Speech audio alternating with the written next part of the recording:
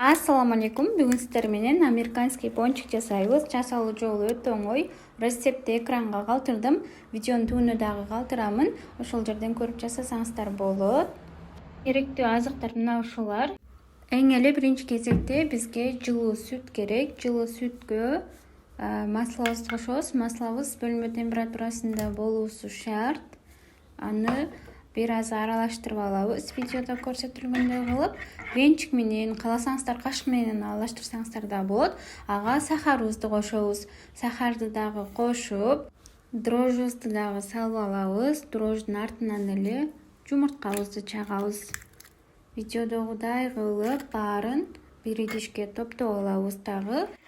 Мына ушундай кылып аралаштырабыз. Аралаштыргандан кийин унубузду бир аздан салып, венчиктин жардамында камырыбызды жууруп алабыз.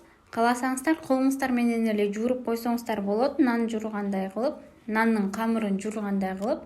Мага ушул венчик менен башында аралаштырган ыңгайлуу, ошол себептен ушундай кылдым.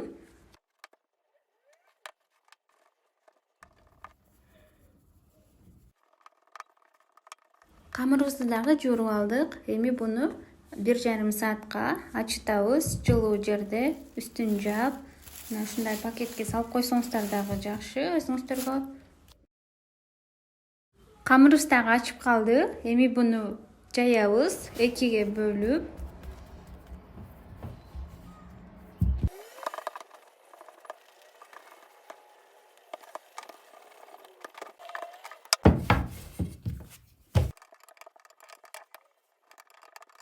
Камырыбызды жука кылып жайып алдык. Эми тегерек форма менен кичинекей насадка керек болот. Кыркып алганга тегерек форма менен баарысын мына ушундай кылып кыркып алабыз. Эгерде сиздерде ушундай тегерек форма жок болсо, анда сиздерге дагы бир үй шартында сонун вариант көрсөтөмүн. Ортолорун болсо мына ушундай насадка менен тешип чыгабыз. Үй шартында көргөзөйүн. Бул чоң пияланын катуу бассаңыздар тегерек форма чыгат. Мына видеодо дагы бир жолу көргөздүм. Эми бунун ортосун тешиш керек. Аны кандай кылабыз десеңиздер, баклажканын капкагын эле мына ушундай кылып ортосуна бассаңыздар, пончик болуп калат. Караңыздар, аябай сонун. Духовканын идиши келди. Бизге духовканын идишине азыркы кырккандарыбыздын баарын салып алабыз. Пончиктердин камырын духовкада 170 градуста 10 минутага койсоңуздар бир аз көтөрүлөт. Духовкада койбойм десеңиздер, бөлмө температурасында жарым сааттан 40 мүнөткө чейин коесуздар.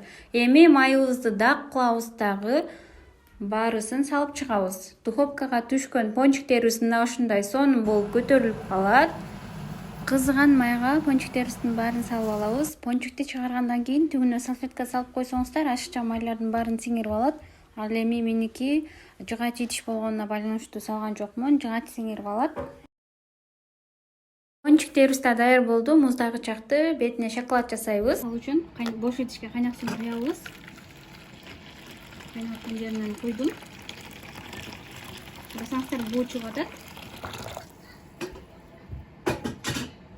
Эми ушул буунун үстүнө мындай идишке глазурлар болот атайын. Ошол глазурлар же болбосо каалаган шоколадыңыздарды мына ушинтип коюп койсоңуздар, суунун буусуна эрийт. Бир аз кое турабыз. Бир аздан кийин аралаштырып шоколадыбыздын эришине жардам беребиз. Бул глазур өзү даяр. Ошол себептен өзүн эле аралаштырып туруп иштете берем мен.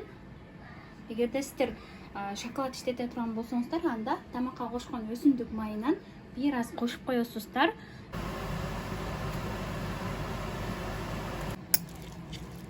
Мынакей кыздар өзү эле бир аз эриптир. Эми жардам берип, мына ушинтип аралаштыра берсеңиздер, өзү эле эрип калат.